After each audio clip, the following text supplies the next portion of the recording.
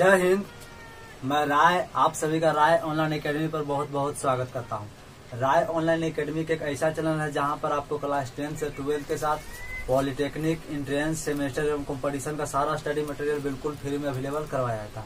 तो आज जैसा कि आज 14 अप्रैल है, यानी कि 14 अप्रैल है, तो आज जानते हैं, आप लोग जानते होंगे, देश के निर्माता यानी संविधान निर्माता डॉक्टर भीमराव अम्बेडकर का जयंती है।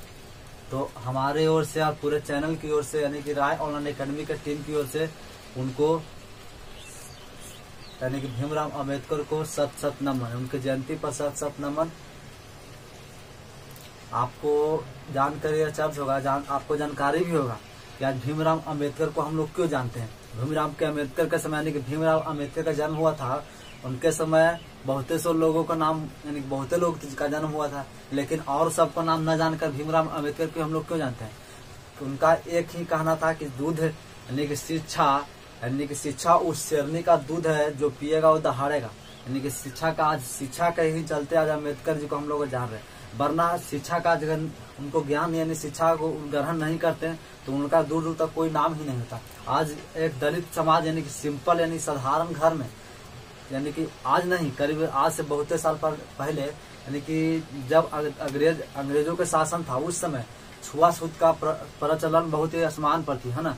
तो उस समय उनका जन्म हुआ, यानी कि दलित परिवार में जन्म हुआ।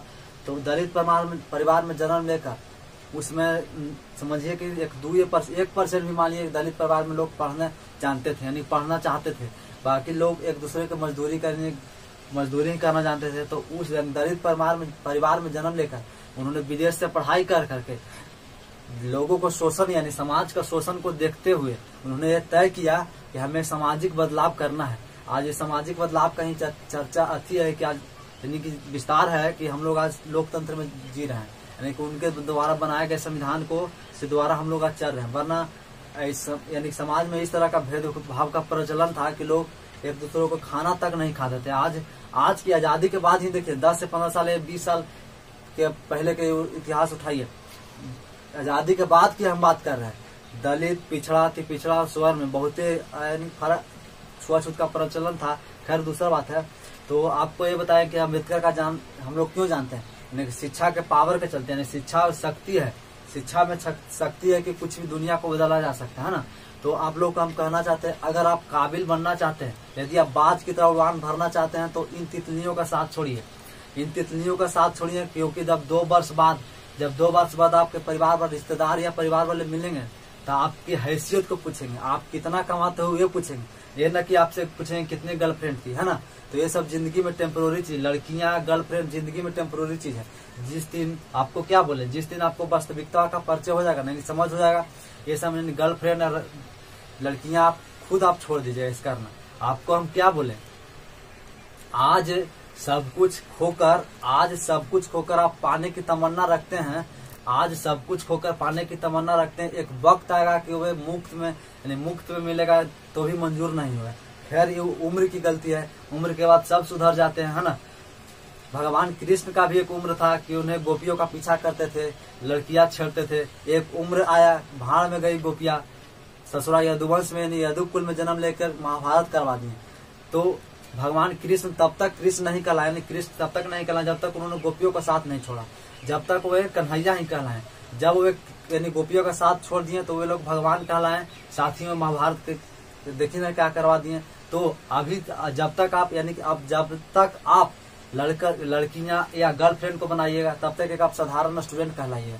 यदि आप यानी कि गर्लफ्रेंड और लड़कियां का छोड़कर एक अच्छे मार्ग को अपनाइएगा तो अम्बेडकर जी की तरह, भीमराव अम्बेडकर की तरह एक इंसान बनकर लोगों को प्रेरणा दीजिएगा, या लोगों को यानी कि आपका लोग नाम रखेगा कि हाँ एक तरह का ये स्टूडेंट था।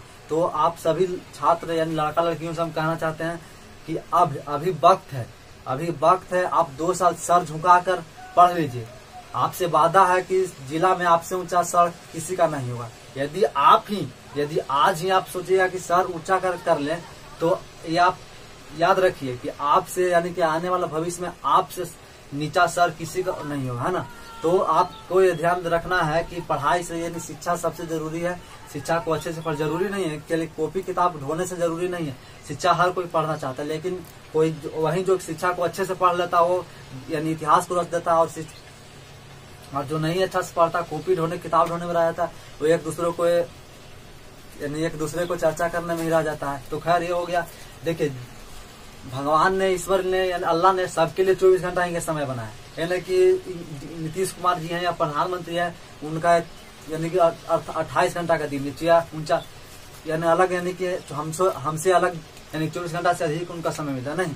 आज उनका भी 24 घंटा का समय मिलता है, लेकिन आम पब्लिक का भी और हम लोग का भी, एक स्टूडेंट का भी 24 घंटा का समय मिलता है। लेकिन उसी 24 घंटा में कोई प्यार करके पति बनने का शौक है, 24 घंटा में उसी 24 घंटा में किसी को प्यार करके पति बनने का शौक है, और उसी 24 घंटा में किसी को मेहनत करके करोड़पति बनने का शौक है। तो ये आप ध्यान रखिएगा कि आपको मेहनत करके करोड़पति बनना या प्यार करके पति बनना। देखिए आपको जिस दिन आप किताब से दिल लगा लीजिएगा ना तो आपको इतिहास रच दीजिएगा, यानी जिस दिन किताब से दिल लगा लीजिएगा तो इतिहास में आपका नाम होगा। यदि आप गर्लफ्रेंड से दिल लगा लीजिएगा तो आपका इतिहास नहीं, जिंदगी में इतिहास रचिएगा, यानी कि जिंदगी में लाइफ को इतिहास रखिएगा कि हमारी गर्लफ्रेंड थी। लेकिन आपको लोगों के सामने आपको एक प्रोजेक्ट करना है आपके इंसान के रूप में, तो आपको इतिहास यानी शिक्षा के साथ हमेशा जुड़कर यानी शिक्षा को अच्छे से ग्रहण करके यानी तब आप एक समाज के बीच अच्छे अपने इमेज को बना पाइएगा। तो खैर आज अम्बेडकर जयंती था, उनको पुनः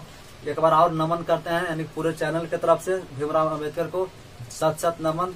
उनकी आज बदौलत ही है कि हम लोग एक वीडियो बना रहे हैं यहाँ। अगर वो संविधान निर्माता नहीं यानी संविधान को नहीं बनाते यानी कि लिखित संविधान नहीं देते तो लोग तानाशाह की तरह, जैसे उत्तरी कोरिया में चल रहा है उस तरह का आज भी बर्ताव देखने को मिलता। खैर तो ये था आज हम लोग इतिहास को करने की, भारतीय इतिहास में प्राचीन इतिहास में हम लोग हड़प्पा काल को प्रीवियस यानी पिछले क्लास में हम लोग पढ़े थे, है ना।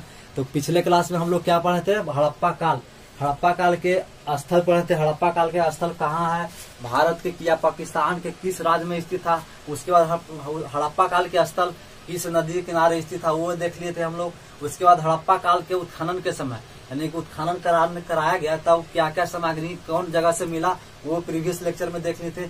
आज के इस लेक्चर में हम लोग हड़प्पा काल के सामाजिक जीवन क्या क्या लोग, हड़प्पा काल के लोग का सामाजिक जीवन कैसा था, यानी कि वे लोग क्या करते, खेलते थे या नहीं खेलते थे, उन लोगों का भोजन कैसा था, उन लोगों का वस्त्र कैसा था, उन लोगों को मृतक का यानी कि जब लोग मर जाते थे उनका संस्कार कैसा करते थे, उन लोगों का अगर नगर में रहते थे या गांव में रहते थे, उसके बाद उन लोग का सड़क का स्थिति कैसा था, उन लोग का जल प्रबंधन का स्थिति क्या, जल निकासी का स्थिति कैसा था, है ना। वो तो चलिए हम लोग इसी वीडियो में इस पूरा डिस्कशन के साथ आपको समझाएंगे।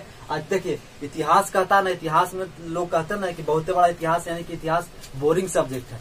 आपको हम विश्वास दिलाते हैं कि इतिहास हमारा बैकग्राउंड इंजीनियरिंग है, इंजीनियरिंग से हम GS में यानी इतिहास इन जनरल साइंस या स्टडी कर लीजिए। इसमें हम लोग जब शुरुआत किए थे तो हमें भी लगा था कि इसमें जाना ही बेकार है, क्योंकि ये सबसे बड़ा यानी कि सब लोगों को लगता है कि सबसे बड़ा यानी स्कोरिंग पेपर नहीं है, बोरिंग पेपर है ना। तो बोरिंग नहीं, जब आप इसको इतिहास कहता है, जब हम भी जब इस यानी इंजीनियरिंग से एंट्री लिए इसमें GS में यानी कि जनरल में, तो हमने ये हो गया क्योंकि GS का हर जगह पर यूजफुल होगा। चाहे कि देश के सबसे बड़ा एग्जाम UPSC को दीजिए, IAS के एग्जाम दीजिए, BPSC या PPSC या प्रदेश के सबसे बड़ा एग्जाम BPSC को दीजिए, तो ये यानी कि GS सबसे बड़ा प्ले रोल करता है। साथ ही हम लोग इंजीनियरिंग में भी यानी कि नॉन टेक्निकल क्षेत्र में आता है 100 नंबर यानी कि 100 मार्क्स का टेक्निकल आता है, जो फर्स्ट सेमेस्टर से लेकर 6 सेमेस्टर तक जो स्टूडेंट पढ़े हैं वो, साथ ही 100 मार्क्स का यानी कि GS पेपर आता है, यानी कि साइंस के साथ साथ जनरल स्टडी आता है। तो हम यानी कि हर फील्ड में आपको GS पढ़ना बहुत जरूरी है। एक तरह से आप मान लीजिए कि जैसे खान पान में होता ना है कि अचार हर जगह पर आता है, तो ये तरह का अचार है। आप किसी भी टाइप का एग्जाम दीजिए, चाहे वो ग्रुप D का दीजिए, चाहे IAS लेवल का एग्जाम दीजिए या इंजीनियरिंग सर्विस का एग्जाम दीजिए, तो आपको हर चीज में अचार की तरह परोसा जाएगा, यानी हर एग्जाम में आपको देखने को मिलेगा GS। यानी तो ये हर एग्जाम के पॉइंट व्यू से यानी ये इम्पोर्टेंट है। साथ ही हम आपको बता रहे हैं कि लेवल आपका BPSC लेवल तक इसमें हो जाए, BPSC PT में इससे आसानी से आप क्वालिफाई कर लीजिए। आपको विश्वास नहीं होगा जब ये हड़प्पा काल समाप्त हो जाएगा उसके बाद हमको आपको क्वेश्चन बैंक यानी घटना चक्र का क्वेश्चन बैंक सोल्व करवाएंगे। उससे आपको अंदाजा लग जाएगा कि नहीं जितना हम पढ़ाए ना उससे कम ही में यानी कि बीपीएससी के पीटी में आपका क्वेश्चन पूछता है, यानी कि बीपीएससी के दरोगा में या सीडीपीओ में क्वेश्चन हमारा पढ़ाया हुआ स्टडी मटेरियल से उससे कम ही में पूछता है आपको। तो ये था, तो चलिए हम लोग स्टार्ट करते हैं। देखिए हेडिंग में दीजिएगा हड़प्पा सभ्यता के विशेषताएं, कॉपी के सबसे ऊपर में दीजिए हड़प्पा सभ्यता के विशेषताएं, हड़प्पा सभ्यता के विशेषताएं। तो देखिए हड़प्पा सभ्यता का जब उत्खनन कराया गया तो उसका आकार को देखें, है ना, आकार को देखें। जैसे हमारा आकार क्या लंबा है या कुछ भी है ना, 5 फीट 6-7 इंच लंबा हम लोग हैं, तो वो आकार किया देखें, यानी कि एक तरह से रेक्टेंगल कह सकते हैं। हम लोग का आकार रेक्टेंगल की तरह, क्योंकि लंबाई अधिक है चौड़ाई कम है तो रेक्टेंगल की तरह हो गए। तो उसी प्रकार हड़प्पा सभ्यता का उत्खनन जब कराएगा तो उसका एरिया देखेगा, तो उसका एरिया किस आकार का था, तो इसका एरिया निकला। हड़प्पा काल का आकार हो गया, आकार आपका त्रिभुजाकार निकला। इसका आकार जो हुआ यानी कि आकार खुदाई के समय पता चला कि इसका आकार त्रिभुजाकार की तरह लगभग त्रिभुजाकार था। उसके बाद इसका क्षेत्रफल देखें, यानी क्षेत्रफल 12,99,600 किलोमीटर, यानी कि 12,99,600 किलोमीटर में इसका क्षेत्रफल में विस्तार था। यानी हड़प्पा सभ्यता के लोग, यानी हड़प्पा काल के यानी जो भी स्थल थे वो 12,99,600 किलोमीटर में विस्तारित थे। तो इसका ये भी एग्जाम से भी से आपका इम्पोर्टेंट है। अब उसके बाद हम लोग देखें, इसके बाद हड़प्पा सभ्यता के उसके बाद हम लोग देखें चौहद्दी, यानी कि चौहद्दी की ओर देखें तो ये हो गया हड़प्पा, ये आपका हड़प्पा हो गया। ऊपर में हम लोग क्या मानते हैं, ऊपर में नॉर्थ मानते हैं, नीचे में साउथ मानते हैं, और राइट हैंड के साइड ईस्ट मानते हैं, और लेफ्ट हैंड साइड के वेस्ट मानते हैं। तो इधर लिख दीजिएगा नॉर्थ, साउथ, ईस्ट, ये हो गया आपका वेस्ट। अब हम लोग देखें इसको, तो हड़प्पा की सभ्यता के सबसे उत्तरी में कौन स्थल स्थित है, याद रखिएगा। हड़प्पा के सबसे जम्मू कश्मीर में सबसे उत्तरी में हो गया, तो जम्मू कश्मीर में कौन सा स्थल था, मांडा। तो ये आपका याद रखिए, सबसे उत्तर में हो जाएगा आपका मांडा, सबसे उत्तर में हो जाएगा आपका मांडा। उसके बाद सबसे नीचे में देखिए तो दक्षिण भारत में एक है महाराष्ट्र में आपका दाइमाबाद, तो ये हो गया साउथ में आपका दाइमाबाद हो गया।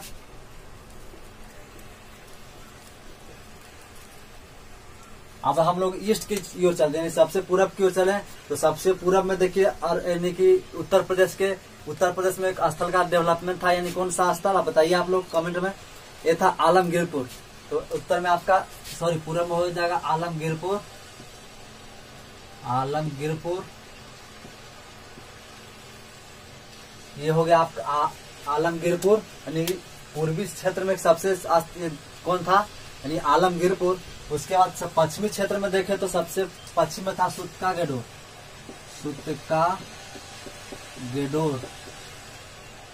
तो ये था आपका हड़प्पा काल के विशेषताएं।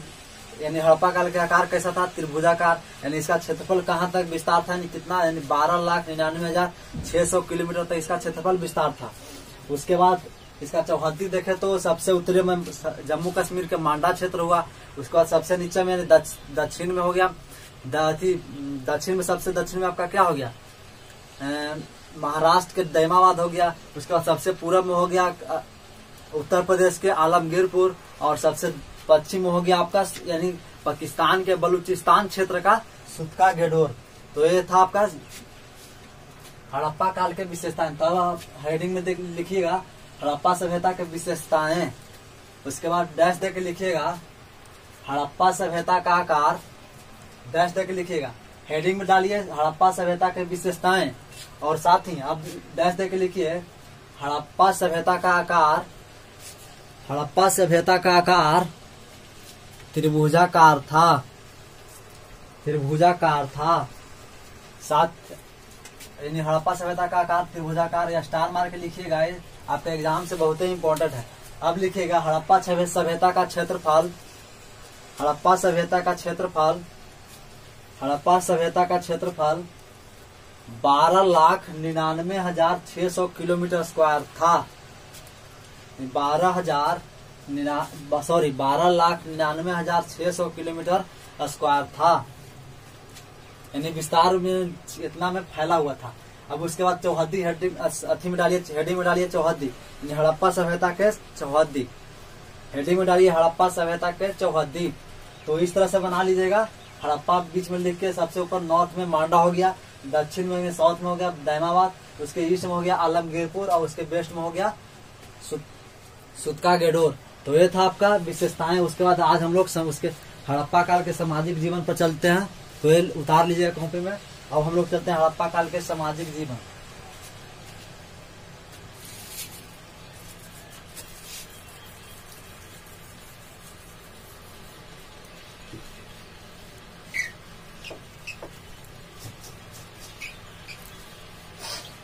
हेडिंग में दीजिएगा हड़प्पा काल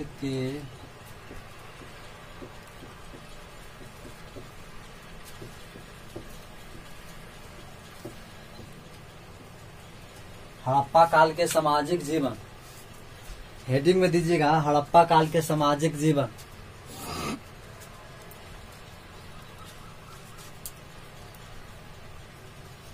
देखिए हड़प्पा काल का सामाजिक जीवन आपका हेडिंग हो गया। अब देखिए, अब इसके बाद सुनिए, उसके बाद आप कॉपी में राइट डाउन कीजिए।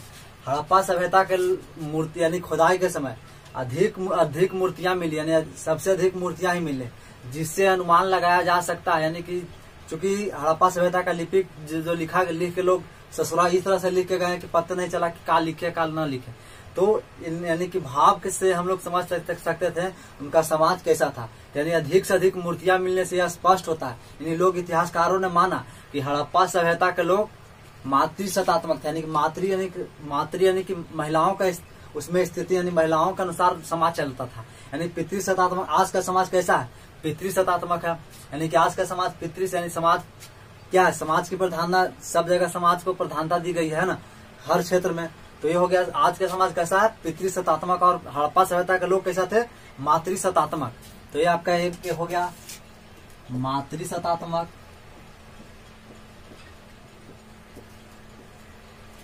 उसके साथ हड़प्पा सभ्यता के तो हो गया आपका मातृसत्तात्मक। अब देखिए हड़प्पा सभ्यता के लोग आखिर तो मनोरंजन के लिए कुछ न कुछ करते होंगे। तो हड़प्पा सभ्यता के लोग मनोरंजन के लिए, यानी मनोरंजन के लिए क्या क्या करते थे? पासे का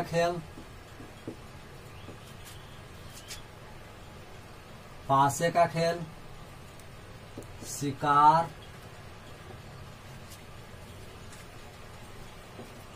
यानी कि बैल दौड़, शिकार, बैल दौड़, नृत्य संगीत,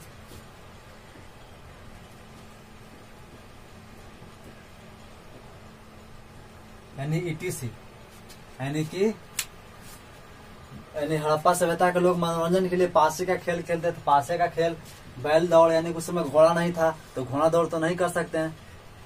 नृत्य यानी कि नृत्य करते थे, नृत्य संगीत ETC। और ये हो गया।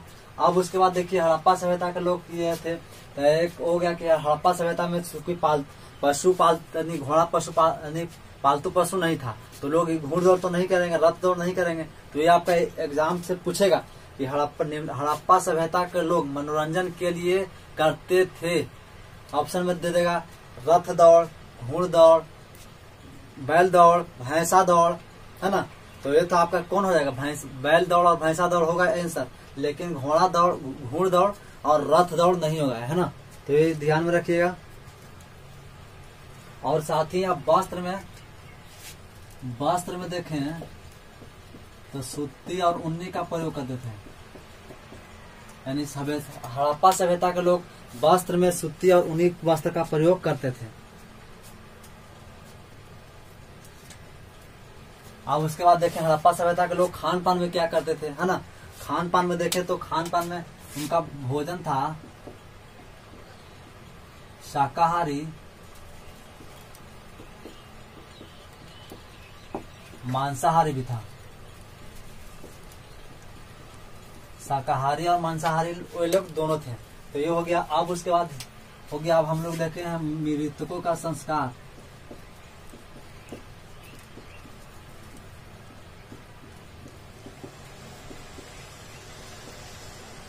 यानी मृतकों को, यानी कि आज जैसे हम लोग मृतकों के यानी किसी समाज में दफन किया जाता है मृतक, यानी कि लाश को दफनाया जाता है, कहीं लोग यानी जलाया जाता है और कहीं यानी कि दहाया जाता है ना, हिंदू समाज में ही देखिए। तो ये था आपका आज के समाज और पहले के हड़प्पा काल के लोग मृतकों के संस्कार के लिए क्या करते थे, है ना।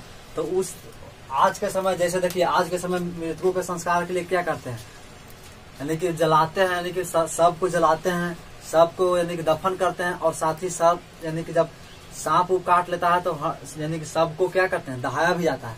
तो उसी प्रकार हड़प्पा काल के ये आपका 3 था, यानी कि दाह संस्कार भी था,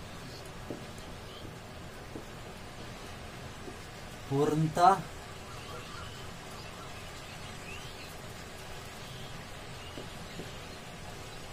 समाधान और अंशतः समाधान का प्रयोग करते थे। अंशतः समाधान यानी हड़प्पा काल के लोग जैसे आज भी लोग उपयोग करते हैं, यानी कि लोग दाह संस्कार करते हैं, उसके बाद जलाते दफन करते हैं और साथ ही लाशों को यानी कि दहाया जाता है। तो वो ठीक उसी प्रकार मृतकों को संस्कार के लिए हड़प्पावासी के लोग दाह संस्कार करते थे, पूर्णतः समाधान करते थे, अंशतः समाधान करते थे, जैसे आज भी देखने को मिलता है, जैसे आज के लोग करते हैं। अब आपको जान के आश्चर्य होगा कि हड़प्पा सभ्यता में मोहनजोदड़ो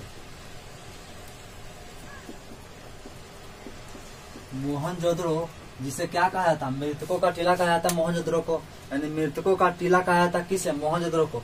तो आज भी यानी खुदाई में मृतकों का टीला कहा जाता है। ये आपको क्वेश्चन कंफ्यूज करेगा, क्योंकि हड़प्पा मोहनजोदड़ो को क्या कहा, मृतकों का टीला कहा जाता है। वहाँ करीब करीब 42 से 43 लोगों का एक ही जगह, यानी कि आसपास एक ही जगह मृतकों यानी लोगों का लाश मिला है, जिससे यानी मोहनजोदड़ो को मृतकों का टीला कहा गया है। तो ये था। लेकिन आपको ये जानना क्वेश्चन कंफ्यूज करेगा, मोहनजोदड़ो से कोई कब्रिस्तान का प्रमाण नहीं मिला है, यानी कि मोहनजोदड़ो से कब्रिस्तान नहीं मिला है।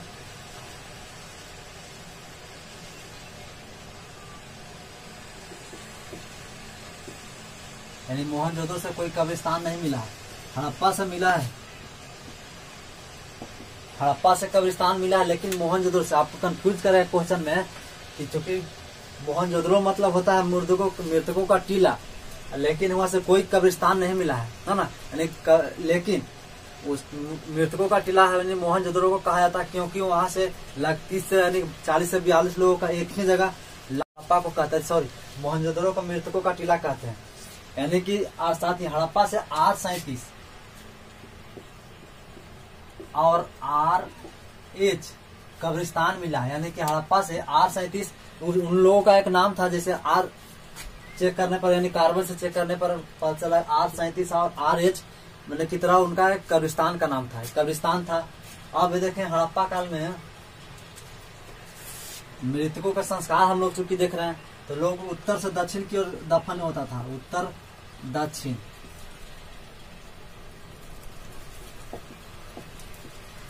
यानी उत्तर जैसे आज भी देखते हैं, यानी दफन कब कैसे किया जाता है, उत्तर दक्षिण की ओर, उत्तर और दक्षिण की ओर किया जाता है, यानी कि मुंह यानी सिर को उत्तर साइड और दक्षिण में क्या पैर को करा जाता है ना, पैर को। तो उसी प्रकार हड़प्पा काल में भी लोग उत्तर और दक्षिण की ओर सबको दफन करते थे। लेकिन आपको याद रखना स्टार मार के, धौलावीरा में इसको पूरब से पश्चिम उत्तर की ओर न दफना कर, यानी धौलावीरा में पूरब से न सबको दफना कर लोग धौलावीरा में उत्तर दक्षिण को सबको न दफना कर पूर्व पश्चिम की ओर दफनाते थे। यानी धौलावीरा में आपको प्रश्न डालेगा कि धौलावीरा में सबों को दफन किया जाता था, ऑप्शन में रहेगा उत्तर से दक्षिण की ओर, फिर दक्षिण से उत्तर की ओर, पूरब से पश्चिम की ओर, है ना। तो आपको पूरब से पश्चिम मारना, ना कि उत्तर से दक्षिण। केवल धौलावीरा की बात कर रहे हैं, केवल धौलावीरा में पूरब से पश्चिम की ओर लाशों को दफन किया जाता था। तो ये था आपको मृतकों का संस्कार देख लिए। अब हम लोग देखें कालीबंगा में, कालीबंगा की बात करें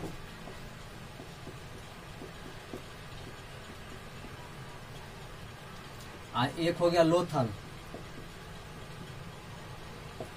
अब कालीबंगा में मृतकों को पेट के बल पे, है ना, यानी मृतकों को पेट के बल पर दफन किया जाता था, यानी पेट के बल पे। यहाँ करबट,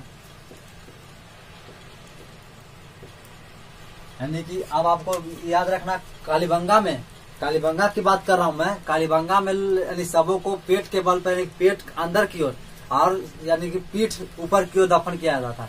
यानी कि कालीबंगा में सबों को पेट के बल पर दफन किया जाता था, जबकि लोथल में करवट के बल, यानी करवट हो गया, जैसे आज करवट बदलते हैं ना लोग, जब सुनते हैं तो करवट बदलते हैं, यानी करवट के बल पे, यानी कि इसके बल पे लोग, यानी कहाँ लोथल में सबों को दफनाया जाता था।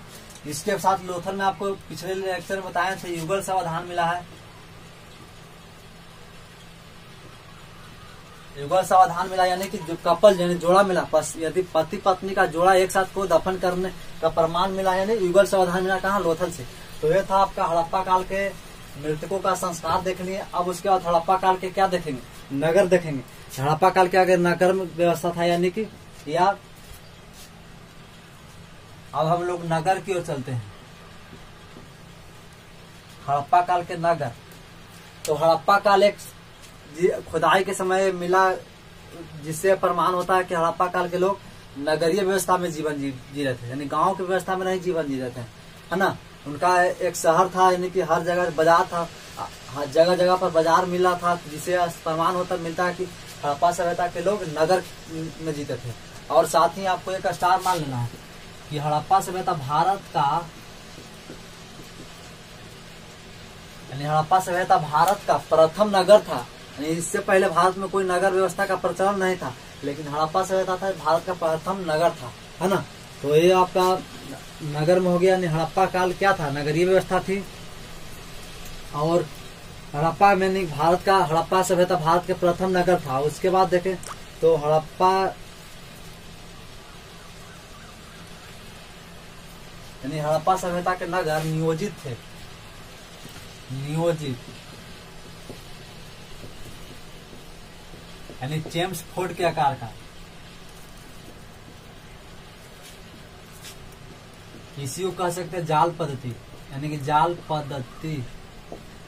जैसे ये देखिए आपका ये हो गया, तो लोग यानी कि जाल की तरह लोग बना कर रहते थे। यानी कि हड़प्पा काल के नगर नियोजित था, यानी कि सुयोजित, एक तरह से एकदम अच्छे में व्यवस्थित था, जिसको चेम्सफोर्ड के आकार दिया गया, जिसे चेम्सफोर्ड के आकार कहते हैं।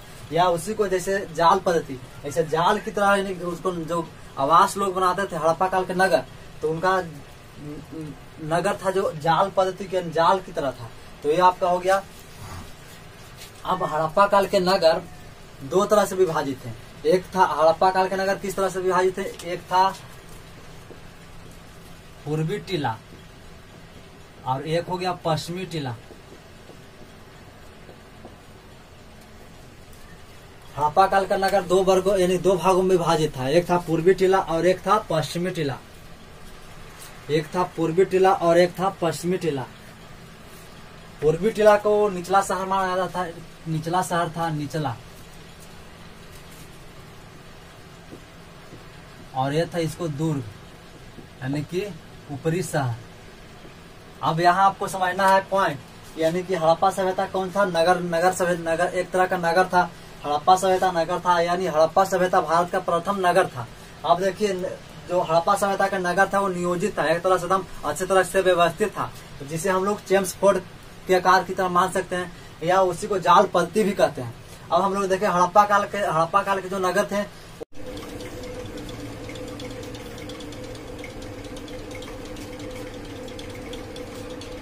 तो अब हम लोग देखें यानी कि हड़प्पा काल के क्या देखें, हड़प्पा काल के हड़प्पा काल के सामाजिक जीवन में हम लोग मोहनजोदड़ो को देख लिए, सॉरी मृतकों का संस्कार देख लिए, उसका नगर देख लिए, उसका सड़क देख लिए। अब हम लोग ईंट की ओर चलते हैं, यानी हड़प्पा काल में ईंट कैसा था, है ना। तो हड़प्पा काल को ईंट को हम लोग यहाँ से अब यहाँ देखते हैं ईंट, यानी कि हड़प्पा काल का ईंट। देखिए हड़प्पा काल सभ्यता में कच्चा ईंट पक्का ईंट, यानी ईंट में कच्चा हो गया, यानी हड़प्पा काल में कच्चा ईंट और पक्का ईंट दोनों ईंट का प्रयोग किया गया। जैसे कच्चा ईंट हो गया आपका जो आग में ना पकाया गया, यानी डायरेक्ट मट्टी में बनाकर, यानी कि बनाकर उसको पकाया नहीं जाता है, कच्चा ईंट हो गया। अब जब उसको उसी ईंट को पका दिए आग में तो ये पक्का ईंट हो गया। अब देखें तो हड़प्पा में यानी कि दो तरह का ईंट का प्रमाण मिला है, यानी कि इसमें ईंट का लंबाई चौड़ाई और ऊंचाई कितना रेशियो रहा होगा, यानी कि लंबाई, हिंदी में ही लिखे तो अच्छा रहेगा, लंबाई चौड़ाई और ऊंचाई का क्या रेशियो रहा होगा, है ना। तो देखिए हम इसको एग्जांपल से समझाते हैं। जैसे ये देखिए आपका है, सॉरी भारत ईंट देख रहे हो, हमारा मकान भारत ईंट से बना है। तो देखिए ये आपका लंबाई हो गया, इसको समझाने के लिए हड़प्पा सभ्यता के ईंट में का आकार कैसा था। देखिए ये आपका लंबाई हो गया, उसके बाद ये आपका चौड़ाई हो गया, है ना। ये कितना ऊंचाई जो ऊंचाई हो गया। तो हड़प्पा काल में यानी हड़प्पा सभ्यता में जो ईंट का रेशियो था, यानी कि लंबाई था 4, उसके बाद ये चौड़ाई हो गया 2 और ऊंचाई यानी कि 4:2:1, यानी कि जब लंबाई उसका 4 सेंटीमीटर रहा होगा, यानी कुछ मान लीजिए सेंटीमीटर में माने तो या 4 इंच में मानिए, यानी 4 इंच रहा आपका क्या, 4 इंच रहा लंबाई, 2 इंच आपका चौड़ाई हो गया और 1 इंच ऊंचाई यानी मोटाई हो गया। तो ये था हड़प्पा काल के। नहीं अब बताएं कच्चा ईंट पक्का, तो ये आपको लाल दिखाई दे रहा है, यानी पक्की ईंट है, यानी आग में पकाया हुआ ईंट है। भारत ईंट आपको दिखाई दे रहा होगा साफ क्लियर, तो ये आपका पक्की ईंट है। लेकिन इसी ईंट को अगर नहीं पकाया तो ये कच्ची ईंट हो गई। तो ये आपको समझाने के लिए इसका प्रयोग हम लोग ईंट का प्रयोग किए थे। तो हम लोग इसका लंबाई चौड़ाई और ऊंचाई का रेशियो देख लिए, यानी कि 4:2:1, यानी कि लंबाई या चौड़ाई या ऊंचाई का रेशियो, यानी कि 4 इंच लंबा अगर ईंट रहेगा तो उसका 2 इंच चौड़ाई रहेगा और 1 इंच मोटाई रहेगा, यानी कि मोटाई रहेगा। अब बात करें अलंकृत ईंट, देखिए इस तरह का, आप इस तरह का आज भी आप ईंट देखे होंगे।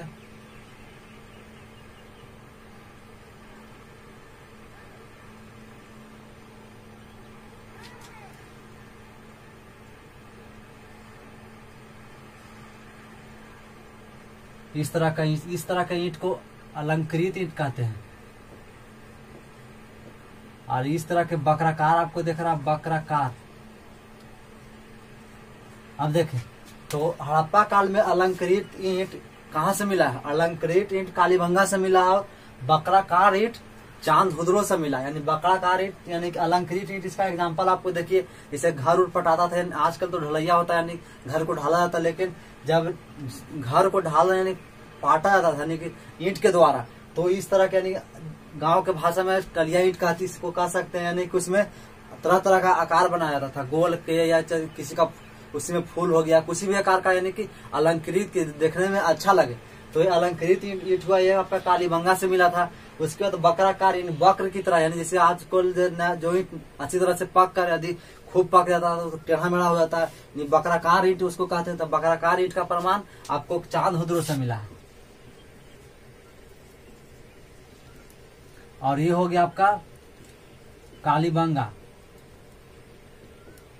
यानी कालीबंगा से अलंकृत ईंट मिला और चांदहुदरो से बकराकार। अब इसको याद करने के लिए, कंफ्यूजन दूर करने के लिए आप देखिए, ये आपका चांद की चूंकि चांद इस तरह वक्र रहता है, चांद किस तरह यानी वक्र रहता था, बकराकार ईंट कहाँ से मिला, चांदहुदरो से।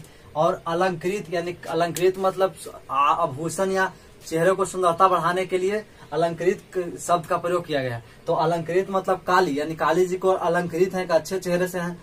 तो ये आपका कालीबंगा अलंकृत ईंट का प्रमाण कहाँ से मिला है, कालीबंगा से। अब उसके बाद हम लोग ईंट देख रही है, अब उसके बाद हम लोग भवन में देखते हैं। तो हड़प्पा सभ्यता के भवन क्यों चलते हैं। अब हड़प्पा सभ्यता के देखिए, हड़प्पा सभ्यता के भवन में कच्चा ईंट, पक्का ईंट और पत्थर का भी प्रयोग किया गया है, यानी तीनों तरह से, यानी कच्ची ईंट का भी प्रयोग करके भवन बनाया गया, पक्की ईंट के प्रयोग करके और साथ ही पत्थर का भी प्रयोग करके, यानी हड़प्पा का सभ्यता के लोग यानी कि ईंट का प्रयोग करके यानी कि अपने घर को बनाए हैं। तो इसमें हो गया आपका कच्ची ईंट, कच्ची पक्की हो जाएगा, और पत्थर हो जाएगा, यानी पत्थर। अब देखें तो कच्ची ईंट कालीबंगा से, यानी कच्ची ईंट का प्रमाण और पक्की ईंट का मिला है कहाँ से, धौलावीरा से, सॉरी पक्की पत्थर का, यानी कच्ची ईंट का भवन में, कच्ची ईंट का प्रयोग कालीबंगा से मिला है और पत्थर का प्रयोग भवन में धौलावीरा से मिला है। तो ये आपका हो गया भवन में। अब इसके बाद देखते हैं, मान लीजिए कि आप ये रोड हो गया, ये रोड हो गया, इसको रोड लिख लीजिए, सड़क। अब जो भवनें होती थी घर, जैसे रोड के किनारे स्थित होता था, मान लीजिए घर हो गया, ये आपका घर हो गया। तो जो भवनें में होती थी, जैसे उस समय का डेवलपमेंट देखिए कि आज के लोग रोड पर ही, यानी कि रोड के किनारे मुख्य सड़क की ओर अपने दरवाजा को खोलते हैं, लेकिन उस समय के यानी हड़प्पा काल के लोग अपने खिड़की और दरवाजा को सड़क के मुख्य मार्ग में न खोलकर, यानी कि आपको देखिए ये आपका सड़क ये हो गया, रोड हो गया, इधर दरवाजा न खोल करके या खिड़की न खोल करके, क्योंकि उस समय खिड़की अगर इस साइड खोल देते तो जलवायु परिवर्तन का उन्होंने प्रदूषण अधिक होता। उस समय रोड कैसा था, यानी कच्ची सड़क की थी, तो जो गाड़ियां यानी बैलगाड़ी दौड़ता था, यानी कि भैंसा गाड़ी कुछ भी दौड़े, तो जो धूल कण होता था जो घर में डायरेक्ट घुस जाता था, ताकि गेट अगर सड़क के मुख्य मार्ग में स्थित खुला रहेगा तो जो प्रदूषण होगा, यानी कि जो धूल कण उड़ेगा वो डायरेक्ट घर में घुसेगा। तो इसके यानी कि पर्यावरण को दृष्टि से घर को, यानी कि पर्यावरण के संतुलन के हिसाब से, यानी हड़प्पा वासी अपने घर को क्या, यानी कि रोड, घर के दरवाजे या खिड़की को सड़क के मुख्य मार्ग, यानी कि सड़क के साइड ना खोल करके विपरीत साइड खोलते थे। यानी कि आपका रोड हो गया, तो इसके साइड एक गलियारा बना दिया जाता था, और अब ये गलियारा हो गया आपका, इसी गलियारे में लोग अपने खिड़की और दरवाजा का खोलते थे। लेकिन आपको एक स्पेशल केस हो गया लोथल में। लोथल में लोग अपना दरवाजा और खिड़कियां सड़क के मुख्य मार्ग में ही खोले थे। तो ये आपका यानी कि लोथल को छोड़कर, यानी कि लोथल को छोड़कर बाकी सभी जगह, यानी कि लोग, यानी कि हड़प्पा सभ्यता के लोग अपने सड़क के, यानी कि दरवाजा और खिड़की को सड़क के मुख्य मार्ग में न खोलकर पीछे की ओर गलियारा में खोलते थे। केवल लोथल में अपने लोग खिड़की और दरवाजा को सड़क के मुख्य मार्ग में खोले। तो इसको याद करने के लिए, क्योंकि रोड के किनारे स्थित, यानी कि रोड की तरफ दरवाजा खोलेगा तो घर से जब गाड़ी चलेगी तो रोड से जैसे ही निकलेगा तो एक्सीडेंट भी होने की संभावना अधिक होता है। यानी रोड के किनारे मान लीजिए हाईवे हो गया, तो हाईवे किनारे किसी का गेट दम रोड पर है, वो निकलेगा कभी कभी तो एक्सीडेंट होने की संभावना है। तो इस तरह से याद रखिएगा कि अगर एक्सीडेंट हो गया तो उसको लोथ, यानी पैर हाथ टूट गया तो लोथ हो गया। तो यानी लोथल में क्या मिला है, लोथल से समझिएगा, यानी कि लोथल में खिड़की और दरवाजा किस ओर खुलता था, यानी सड़क के मुख्य मार्ग की ओर खुलता था। तो ये आपका हो गया, यानी कि लोथल में सड़क मुख्य मार्ग में खुलता था।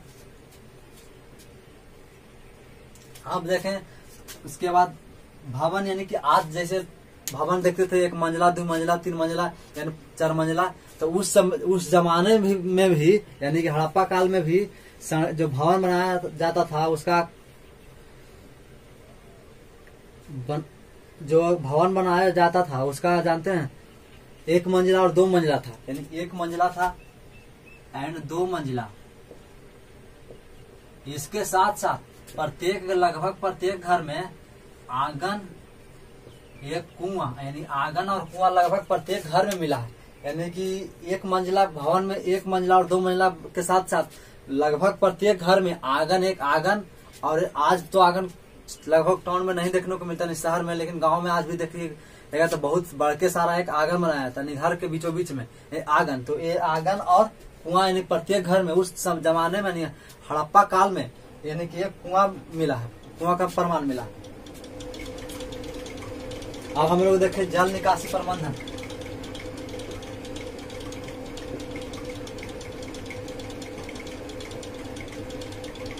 एक चीज यहाँ आप लोग ध्यान रखिएगा, अच्छा ये लिख लिए कालीबंगा कच्ची ईंट का प्रयोग।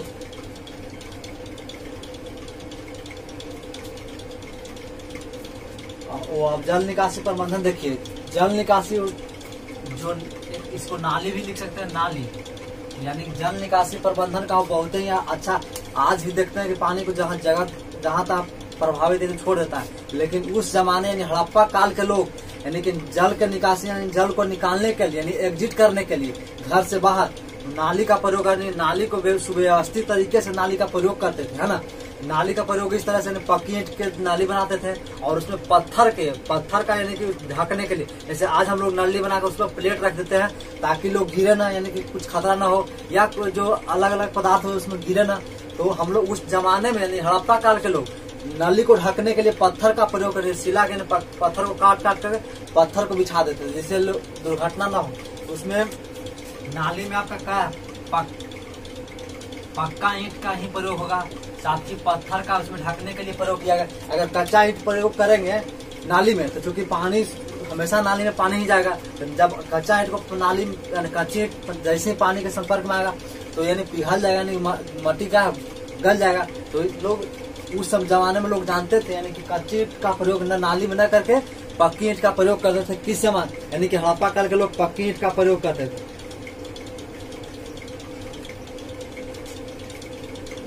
और एक बात और है, उस जमाने में जैसे हड़प्पा काल जैसे अभी जनरेशन चल रहा है जिस काल में, उसी काल में हड़प्पा के समकालीन जो सभ्यता थी जैसे मेसोपोटामिया की सभ्यता हो गई या जो भी यानी कि यूनान के में क्रीट की सभ्यता हो गई, उस जमाने के उस दौर में यानी कि जल निकासी का सबसे बेहतर स्रोत था, यानी सबसे अच्छा स्रोत आपको यानी कि डेवलप मैनेजमेंट था जल निकासी का प्रबंधन का, वो हड़प्पा में ही आपको देखने को मिलेगा। लेकिन एक बात याद रखिए, कहाँ यानी कि जहाँ कालीबंगा में बनावली में यानी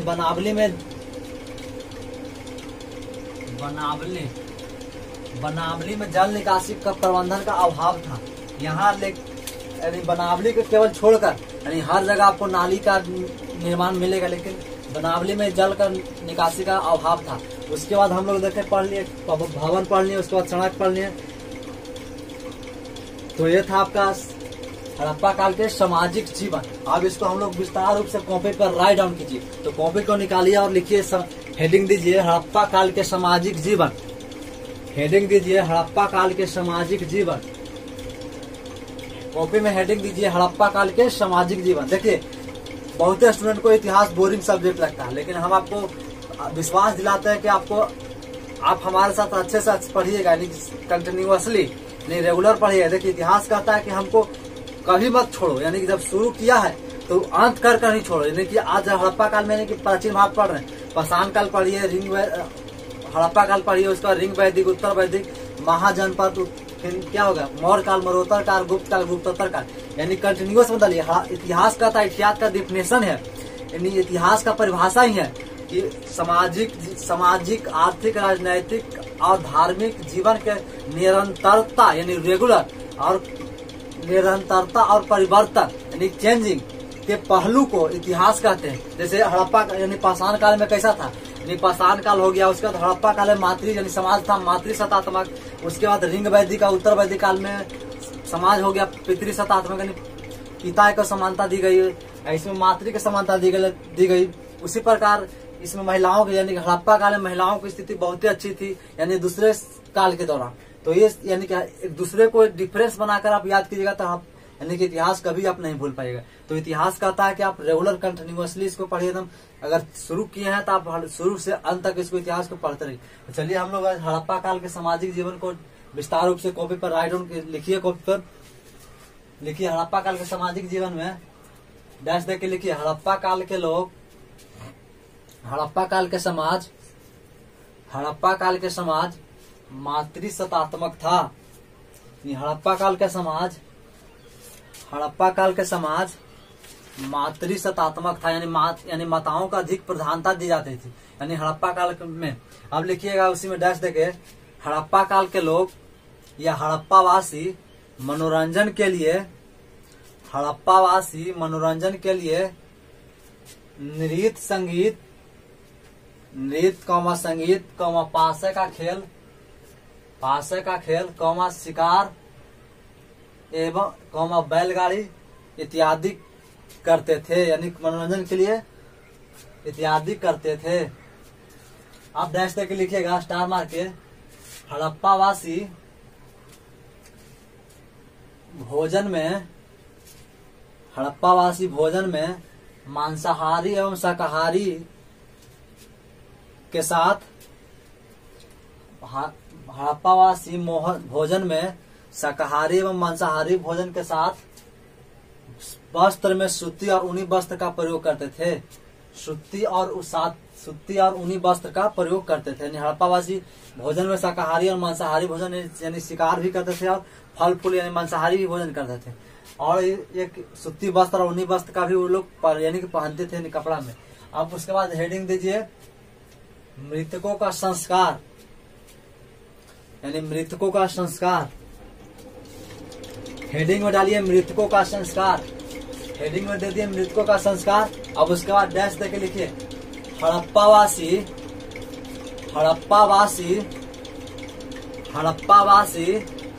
मृतकों को संस्कार के लिए, हड़प्पावासी मृतकों को संस्कार के लिए दाह संस्कार, पूर्णतः समाधान एवं अंशतः समाधान लिखिएगा। हड़प्पावासी मृतकों को संस्कार के लिए दाह संस्कार, पूर्णतः समाधान एवं अंशतः समाधान तीनों पद्धति का प्रयोग करते थे, यानी तीनों पद्धति का प्रयोग करते थे।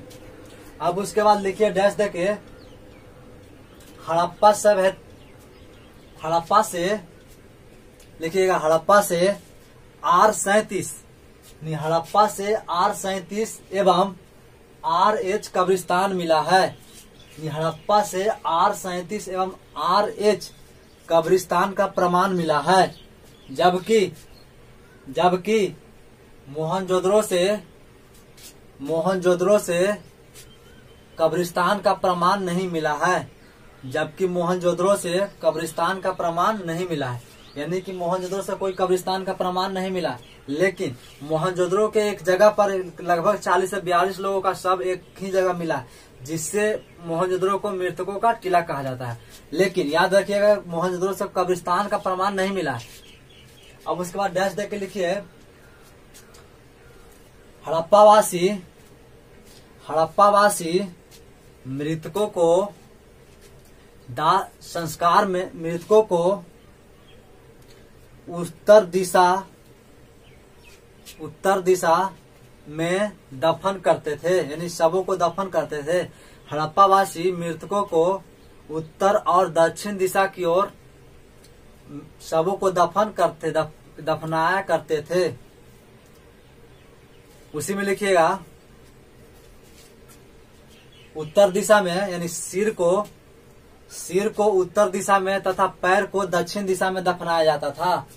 सिर को उत्तर दिशा में तथा पैर को दक्षिण दिशा में दफनाया जाता था। जबकि धौलावीरा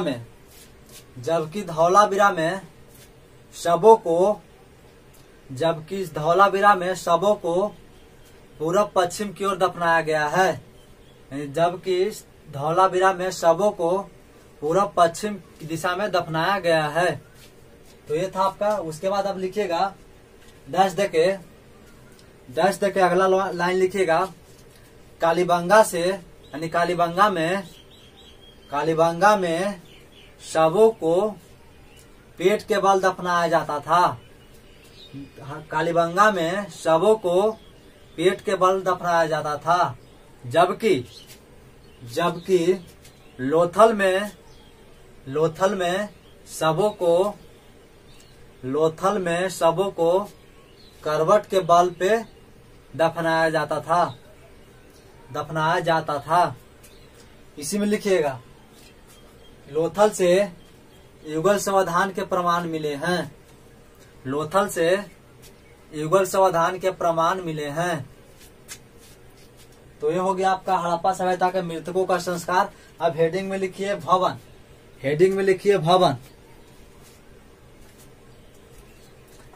लिखिए हेडिंग में भवन लिख के डैश देके लिखिए। डैश देके अगला लाइन में हड़प्पा, यानी कि हड़प्पा सभ्यता में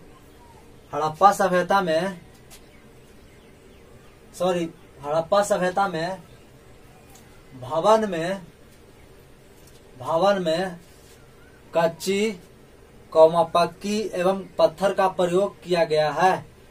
कच्ची कौमा पक्की तथा पत्थर का प्रयोग किया गया है। उसी में डैश देके लिखिएगा, डैश देके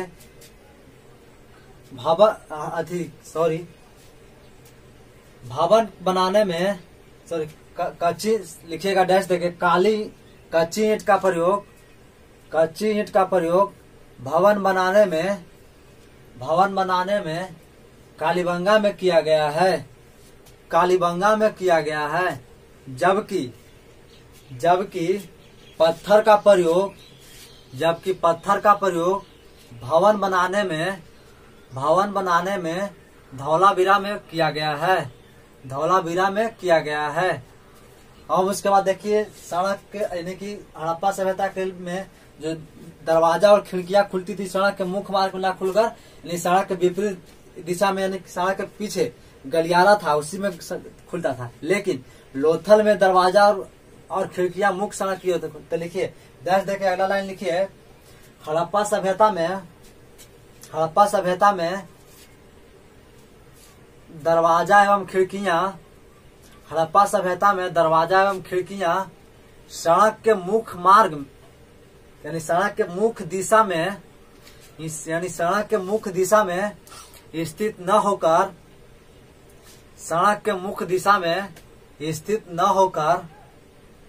न होकर गलियारा में यानी उसके विपरीत गलियारा में खुलता था।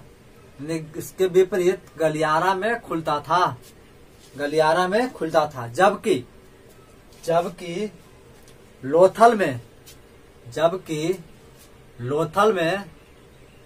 लोथल में दरवाजा एवं खिड़कियां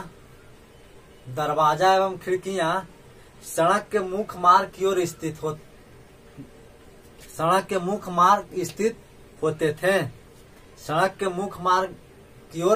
होते थे।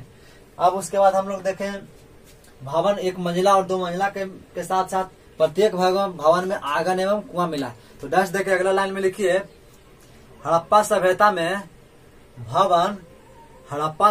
में भवन एक मंजिला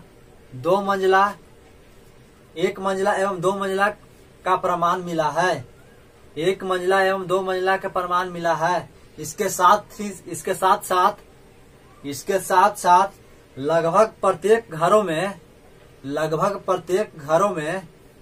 एक कुआं प्रमाण मिला है। लगभग प्रत्येक घरों में एक कुआं और एक आंगन और प्रत्येक एक कुआं का प्रमाण मिला है। अब उसके बाद हम लोग नगर में चलते हैं, यानी कि हेडिंग में लिखिए नगर। लिखिए हड़प्पा सभ्यता एक नगरीय सभ्यता थी। हड़प्पा सभ्यता एक नगरीय सभ्यता थी, यानी नगर में बसे हुए थे, नगर में। यानी हड़प्पा सभ्यता एक नगरीय सभ्यता थी। स्टार यानी अगला लाइन लिखिए डैश देकर और उसी में स्टार लगा दीजिए। यानी कि हड़प्पा सभ्यता भारत का पहला क्या नगर था। यानी हड़प्पा सभ्यता भारत का प्रथम नगर था, हो गया। उसके बाद लिखिए डैश देके हड़प्पा सभ्यता का नगर नियोजित था जिसे चेम्सफोर्ड के आकार का उसी में कोष्ठ में लिखिएगा जाल पद्धति, जिसे चेम्सफोर्ड के आकार का बनाया जाता था। तो वो हो गया। अब लिखिएगा आगे डैश देके हड़प्पा सभ्यता के नगर 2 भागों में विभाजित थे। हड़प्पा सभ्यता के नगर 2 भागों में विभाजित थे। एक भाग लिखिएगा पूर्वी टीला, उसी को कोष्ठ में लिखिएगा निचला शहर, यानी पूर्वी टीला को निचला शहर कहते हैं। और दूसरा में लिखिएगा पश्चिमी टीला, जिसे दुर्ग कहते हैं, यानी दुर्ग कहते हैं, या ऊपरी टीला कहते हैं, यानी ऊपरी शहर कहते हैं। तो ये हो गया, यानी कि हड़प्पा सभ्यता में क्या ऊपरी सड़क यानी पूर्वी टीला और पश्चिमी टीला को 2 भागों में बांटा गया नगर। अब लिखिए डैश देके पूर्वी टीला में समान जनसंख्या निवास करती थी। पूर्वी टीला में या निचला शहर में समान जनसंख्या निवास करती थी एवं पश्चिमी टीला में या दुर्ग, उसी को दुर्ग कहते हैं, पश्चिमी टीला में या दुर्ग में विशेष वर्ग के लोग, यानी विशेष वर्ग के लोग अर्थात व्यापारी वर्ग के लोग निवास करते थे। आगे लिखिएगा डैश देके, पूर्वी टीला का आकार यानी निचला शहर का आकार पश्चिमी टीला के आकार से बड़ा था। क्योंकि ज्यादा जनसंख्या यानी पूर्वी टीला में निवास करता तो जनसंख्या उसका आकार भी बड़ा होना चाहिए। तो लिखिए डैश देके, पूर्वी टीला का आकार पश्चिमी टीला के आकार से यानी बड़ा था। अब उसके बाद लिखिए लोथल डैश देके, अगला पॉइंट, अगला लाइन, धौलावीरा से त्रिस्तरीय विभाजन एवं लोथल से एकल विभाजन का प्रमाण मिला है। यानी भवन त्रिस्तरीय 3 स्तर से घेरा हुआ रहता था। नगर यानी धौलावीरा में जो नगरें होती थी 3 स्तर से घेरा जाता था, और लोथल में 1 स्तर से नगरों को घेरा गया, यानी एकल विभाजन का प्रमाण मिला। यानी डैश देके लिखिए धौलावीरा से त्रिस्तरीय एवं लोथल से एकल विभाजन का प्रमाण मिला है। यानी जो नगर थे 3 स्तर से घेरा हुआ मिला है और लोथल से एकल विभाजन मिला। उसी पर आगे पॉइंट में लिखिए डैश देके, कालीबंगा में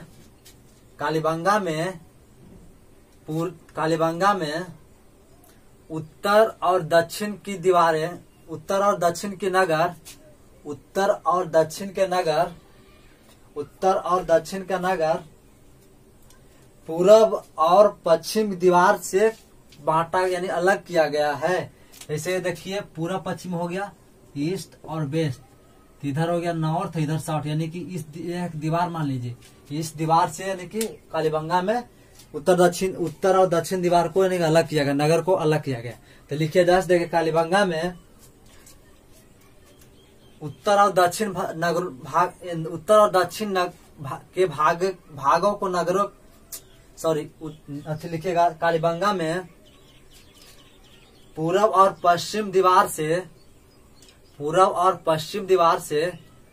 उत्तर और दक्षिण भागों को बांटा गया है, उत्तर और दक्षिण भागों के नगरों को बांटा गया है।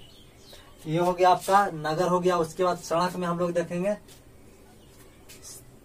आगे हेडिंग दीजिए सड़क यानी रोड। रोड में लिखिए डैश देखे, हड़प्पा सभ्यता में सड़कें कच्ची यानी हड़प्पा सभ्यता के सड़कें कच्ची मिली है, यानी हड़प्पा सभ्यता की सड़कें कच्ची थी।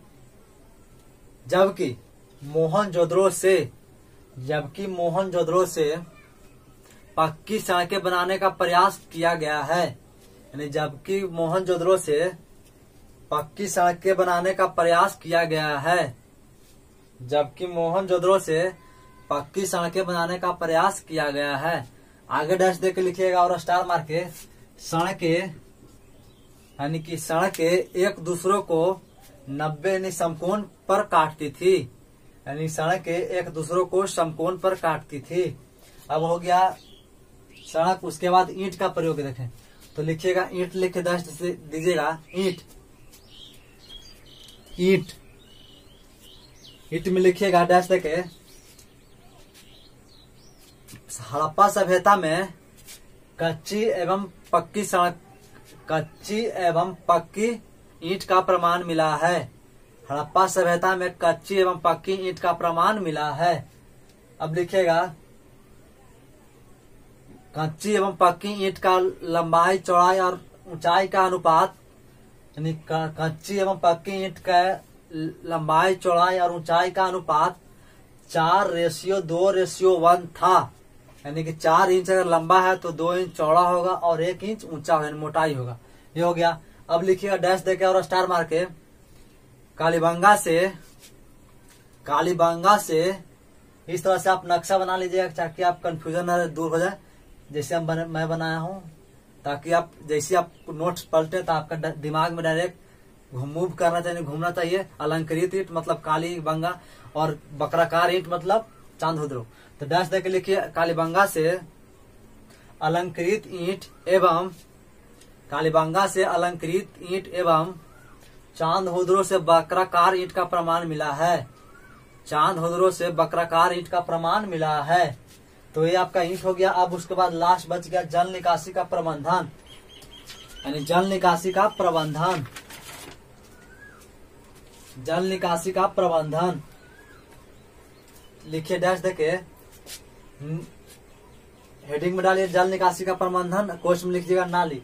अब उसके बाद डैश देके लिखिए अगला पॉइंट में लाइन में समकालीन सभ्यता में, यानी कि उस समय, यानी समकालीन सभ्यता, यानी लिख दीजिएगा क्वेश्चन में उस समय, यानी समकालीन सभ्यता में हड़प्पा सभ्यता की जल निकासी प्रबंधन सबसे अधिक अच्छा थी। यानी समकालीन सभ्यता में हड़प्पा काल के जल निकासी प्रबंधन सबसे बेहतर था, सबसे बेहतर थी, है ना। उसके बाद लिखिएगा डैश के